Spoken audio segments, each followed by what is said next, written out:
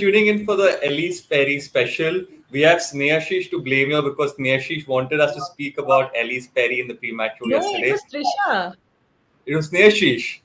Snehashish had Was mentioned it? it, and then Trisha had decided that we'll keep her own show for Ellyse Perry. I think it's only fair we do that because she is the star performer. I have Trisha joining Snehashish and Gagi, of course.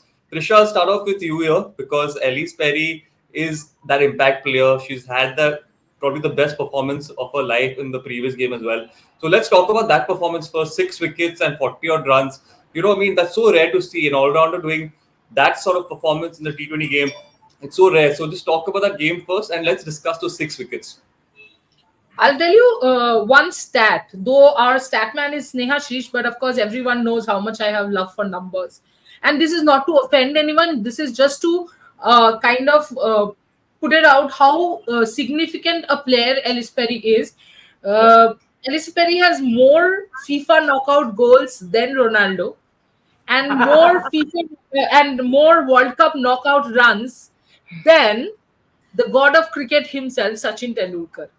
My God. So Wow. if, Wow. so if we're talking about a significant player, that's what you want to be. And she is an impact player. I mean, RCB needed to win that match. She put her hand up, and how? 6 wickets, you can, of course, 5 wickets. How many people this year has taken a 5 wicket haul? The pitch has been such that, it has been a little difficult to take wickets constantly, especially with the catches going down and everything happening. So Perry just decided we don't go for catches. She just went for stumps. And in one of the shows, I remember Gargi was talking about, bowling that stump to stump line, Mhm. especially in Delhi pitch. And Perry got it right. Yeah. What You're I right. love the most though, Ishan, you remember like yesterday when we were talking about the press conference, I told you what I like about her or absolutely admire about her is the strategist. So what she did was for every other wicket, if you see, it's an in swinger. Yeah. Harmanpreet Kaur comes out to bat, and Harman has this tendency that the first 3-4 balls, if you notice, she plays way out, like away from her body. This is her stroke. So if to everybody else, Perry was bowling the in swinger. The first ball to Harman was an out swinger. And Harman goes to hit it, gets an inside edge bowled. I'm not saying she knew that Harman will get an inside edge and get out, but she went for her best option because it's an outswing, so there are high chances of Harman edging the Yeah. ball. So I think that much thought goes on to the whole process that Perry does. And then when RCB came out to chase, when actually Perry came out to bat, I was praising Perry. Snehashish, why did you hide? Like, that's not fair. Mm. Anyway, so when she came out to bat, she's the calming influence on Richa also. She was talking to Richa, and you could clearly see that she was saying, we don't need to go for sixes.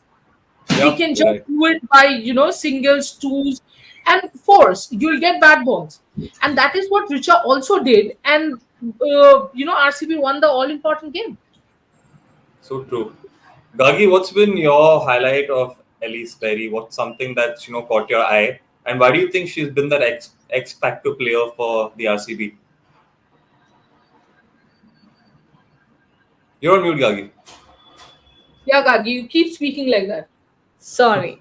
I was saying, that 6-4 is kind of hard to Yeah. look past because it's such an incredible contribution. It's almost like it was only Ellyse Perry playing at that point. If you remove if any other contributions also, you'll still have RCB dominating that match. That she was that powerful in the last game. But I think one of the best things about Ellyse Perry is the fact that she is someone who is constantly reinventing herself without having to try too much. She's not trying anything new or anything outrageous as per, uh, Yeah. but sh everything that she does just works. She's constantly working on her basics, I feel. She's constantly working on a rhythm as a bowler, and I think that's what sets her apart. If you look at this season, especially, her rhythm is looking impeccable this True. time. That landing and the power that's coming through that shoulder is incredible this time around. So I think Ellyse Perry, with the way that she's working, And she's not a very young player, so it's important to have work ethic as well, and especially as a women athlete, it's important to keep working on your fitness. And Elise Perry at this point is doing everything absolutely right. That's so true. And before we move on to Sneha, I was part of the press conference yesterday, which Ellyse Perry was a part of as well. And she was asked, "What do you do after a match, after such a fantastic performance?" And I think all of us were expecting such heavy answers, but she ended up giving such a simple answer that I think won everyone's heart. So have a look. I'm sure even you're going to enjoy this. Well, last night I had a chocolate brownie with girls and some ice cream, which was good. I think we all enjoyed that. And then I went to my room and put my red light glasses on and read a few chapters of a book and fell asleep. And I guess that's to say that, like, I mean, it's easy to get really carried away when things go well for you, but I just feel like, you know, a lot of the time you actually don't have that much control over things panning out well or not. You know, you certainly work hard and put yourself in positions, but you know, there's so many other factors that go into any game and the outcome. So I suppose, especially as I've got older, like, I don't really want to overreact either way, you know, whether it's a good night or a bad night. You know, the sun, as I said, the sun comes up the next day. Fortunately, in this competition, you know, there's always another opportunity. We play games very quickly, and you know, whether it goes well or not, we're so lucky to be out there in the middle. And you know, as I said, with these ridiculously big crowds who are so fanatical about it, and you know, that's a far cry from what it was like when I first started playing. You know, some years ago, you know, there wasn't really anyone coming to our games, and certainly no interest in the sport like there is now. So there's so many things to be grateful for, whether it goes well or not. And as I said, I think when it does go well, it just doesn't feel like you've got too much control over it, other than, you know, the hard work that you put in. But those events pan out sometimes, you know, for you, and sometimes they don't. So it's easy to kind of just I don't know, enjoy it for the moment and when it lasts. But I think life goes on pretty quickly after that. Sneha, coming back to you, Ellyse Perry, you wanted to speak to her, you wanted to speak about her and speak to her, I'm guessing as well. But what is it that you find so special? And, you know, Ellyse Perry is that sort of player where everyone, if you're having a look at her, we all just end up amazed. So what is that quality that she has which leaves us all in, you know, in an awestruck moment? I think the longevity, like for so many years she has been doing, and not only in the T20 format. If you see in all formats for Australia, and you know, for franchise cricket also, she has been doing with both bat and ball. And Yes. as Teddy and Gargi both said that spell six for it was fantabulous to see her bowling in such a rhythm. And I was very impressed with her when in the last year she made a comeback after a long injury layoff against India in that high scoring T20 series in India. It was a very high scoring T20 series, and India won, I think, one match also. I think chasing 185 or 190 runs, I think. So that series, you had a great series after so many, you know, injury gap. Also, she had, you know, she was batting brilliantly. She was fielding also brilliantly. So I think the longevity and the way, and the Gargi what said that she has been doing the basics properly. And for any Yep. player, if you continue to do the basics properly day in day out, I think you can play as long as you can. And I think that's the only mantra that Ellis Perry has been following right now. True. Trisha, you know, I've been reading up on Ellyse Perry a bit, and there were debates on whether the Australian Cricket Board haven't used her enough as a bowler. I'm sure even you must have seen these tweets and posts. So I would like to know your comment on this. Do you think they haven't done justice to her talent as a bowler? Yeah, Ishan, well, I kind of agree with you, because we have seen, obviously, with the bat, they, I think, trusts Perry completely. But with the ball, I think, especially ever since kind of Lanning is not the captain anymore, Healy, I have been a little critical about Healy's use of Perry and Jess Jonathan. Jess Jonathan will discuss some other day, but yes, definitely. I think Ellyse Perry has been treated as a part-time bowler, which is pretty shocking.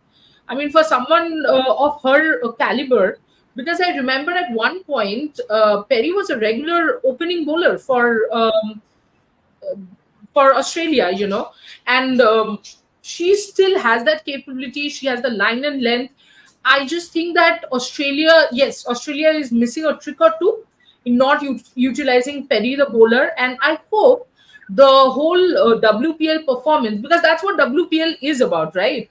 That it kind of gives you another life in your international career. So while batting, yes, Perry has been there. I think now the kind of bowling that Perry did, she'll be utilized more. And if not, then I think Australia's gain opponents. Australia's loss, opponents gains. So yeah. 100%, Trisha. Yes. Gagi, I want to know from you, you've been a follower of the WPL. So having Perry as a brand for the WPL, someone who can attract crowds, someone who's been performing for a long time, what does Ellyse Perry mean to the WPL and women's cricket in general?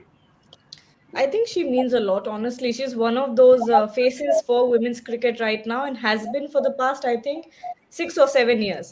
Yes. Uh, because she's been that international star apart from Smriti Mandhana, who started, gaining popularity a bit later, but Ellyse Perry, along with Meg Lanning.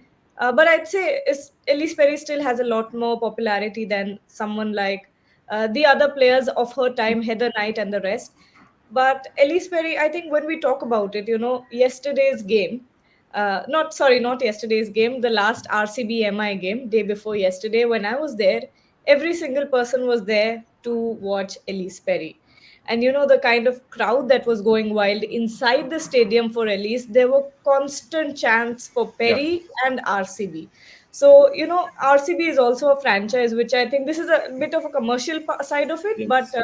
RCB is a franchise that goes for brands that can bring them popularity. I mean, that's their way of running their franchise. So no, we're not complaining. We're just observing that fact. Even in men's, also they go for these players who are as popular as they are good with their game. Same happened with Elise Perry, Richa Ghosh, Smriti Mandhana. So it was quite clear that when they were going really really big for Elise Yeah. Perry, that they wanted that brand to be theirs.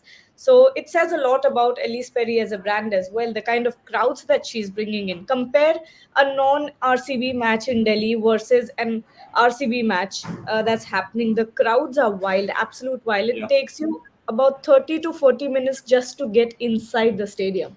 Wow. That's Okay. how long the queues are.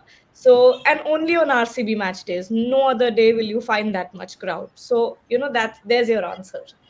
That's so true. And Perry has herself mentioned the impact of the WPL yesterday in the press conference, and she's so happy to see so many crowds turn up. So this is what she had to say, and I think it's good news for the WPL overall because crowds building up. You want the women's sport to also grow. So Ellyse Perry for you guys. Enjoy. No, I think it's a brand new experience for all of us.